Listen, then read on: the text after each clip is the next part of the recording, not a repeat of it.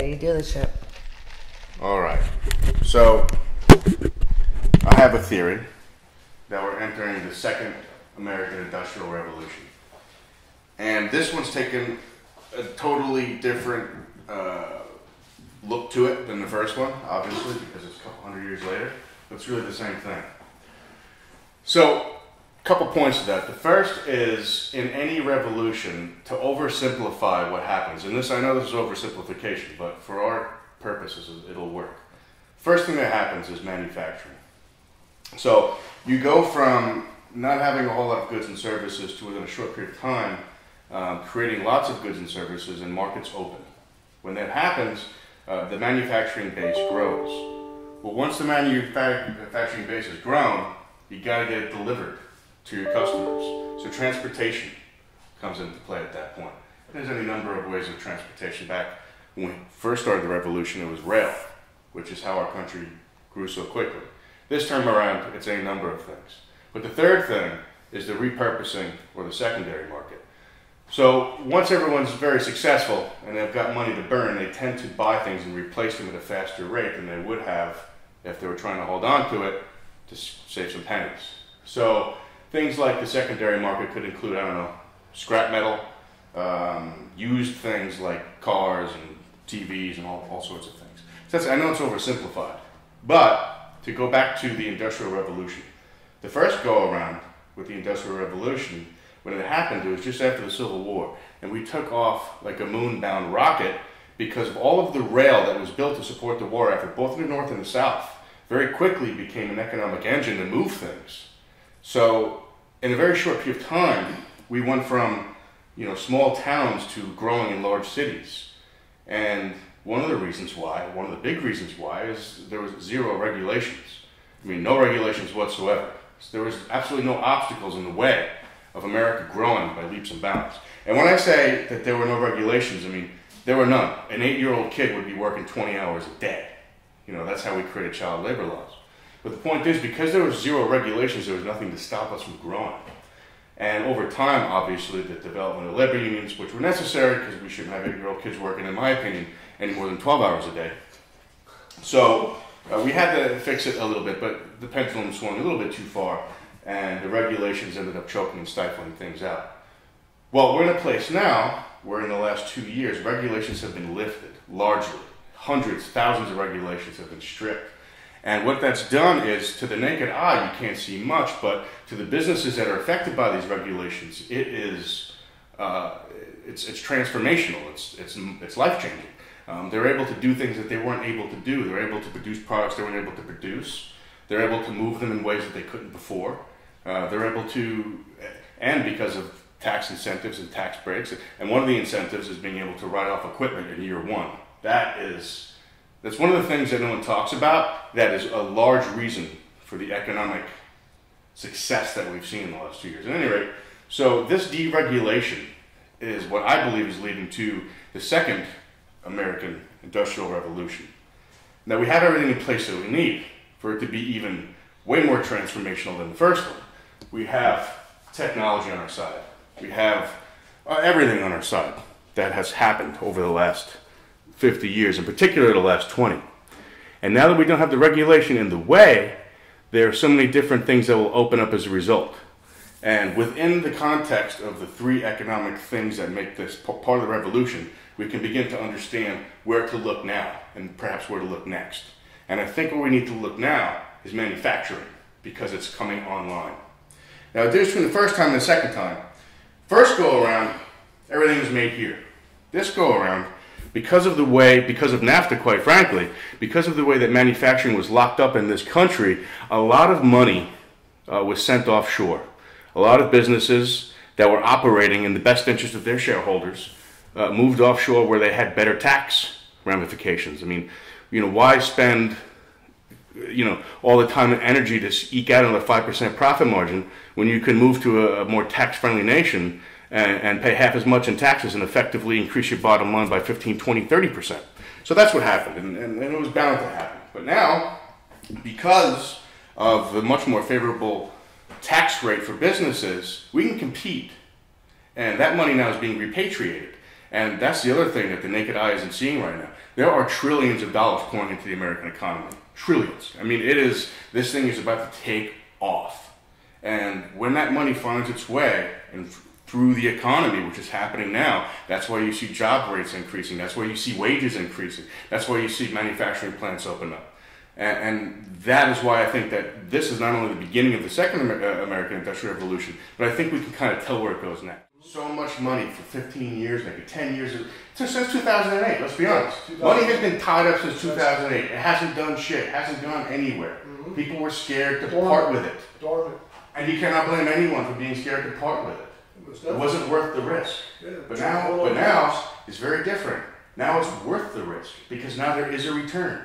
Yes, 100%. And that hasn't been the case since when? Since 1985? It hasn't been the case. It's going to be very interesting to see just what does come of this.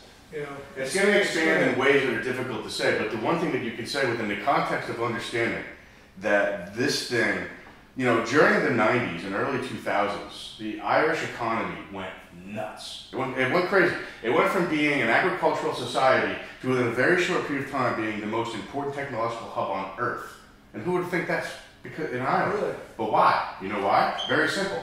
They had the lowest corporate tax rate in the world. It drew all of the technology to Ireland. Dell, all these companies were going to Ireland. And all of a sudden, and it was a smart workforce, they're smart people. So you take a very low tax country with very smart people, i.e. America, boy, if we could just get that tax rate down even further, we'd produce even, and so during the 90s and early 2000s, Ireland was known as the Celtic Tiger because their economy was the strongest in the world.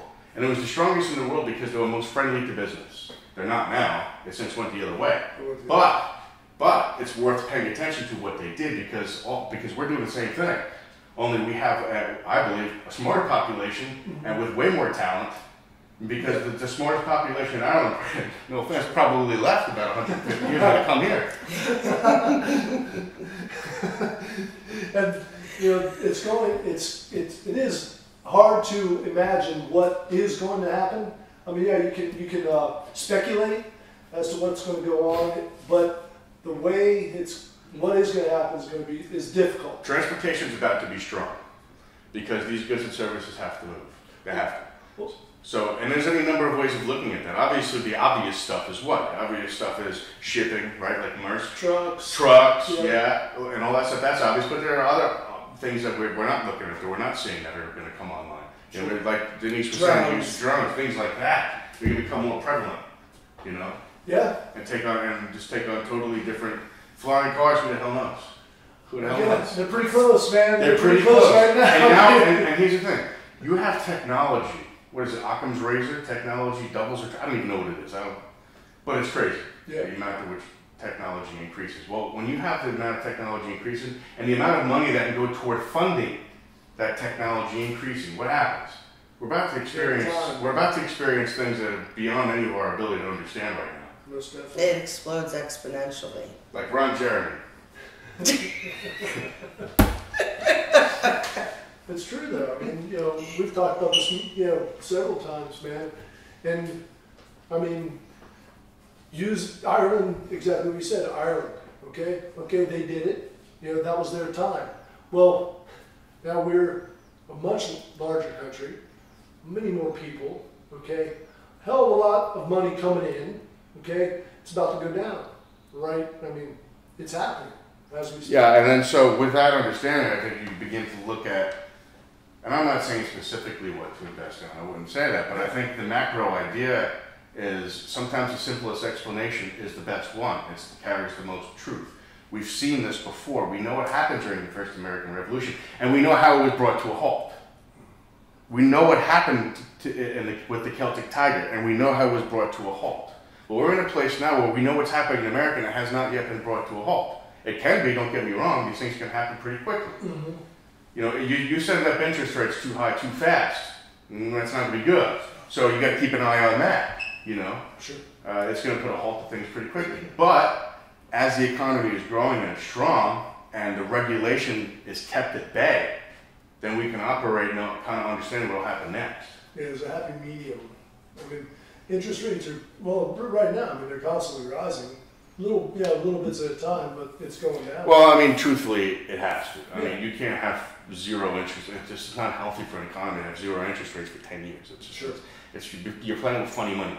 Exactly. And I'm of the opinion that the stock market is probably overinflated as a result to the tune of, I don't know, 8,000, 10,000 points. That's my opinion. It has been for a Right. long time. But this is the difference, and this is important to understand too. I don't think that the Second American Revolution, Industrial Revolution, I think it's just like the first, in that the real growth is taking place not inside the stock market necessarily, but outside the stock market, and private industry, and goods and services, and in ways that the stock market doesn't reflect. Well, I think that there's a strength of the economy that the stock market doesn't necessarily reflect. And I even think that if you see the stock market go down 10,000 points, that might be the best thing to happen, because you get rid of the underbrush, clear out the growth, so that new growth can come in.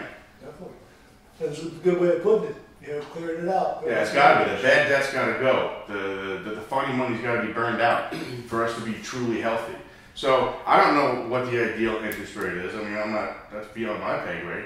But it certainly can't be zero, right? And if you're going to buy a house, you know what? We had a pretty good way of going about it for a long time without fucking shit up. And that was, you got to have 20% to buy a house. Oh, it's no fair. That means people can't afford a house. That's right, because they can't afford a house. That's why the hell they had to foreclose. If you can't afford a house, you buy a house. If you can't afford a car, don't buy it. If you can't, listen,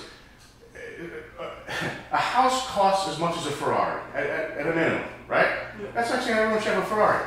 Go into debt for a Ferrari that you can't afford. But you should have one just because everyone should have a Ferrari. Yeah. That's how big that number is, and that's how silly the suggestion is. That's why there's a rental market. Yes, exactly. Right. That's the second error. But that had to burn out. But the reason why that lasted as long as it did is because it was government mandated.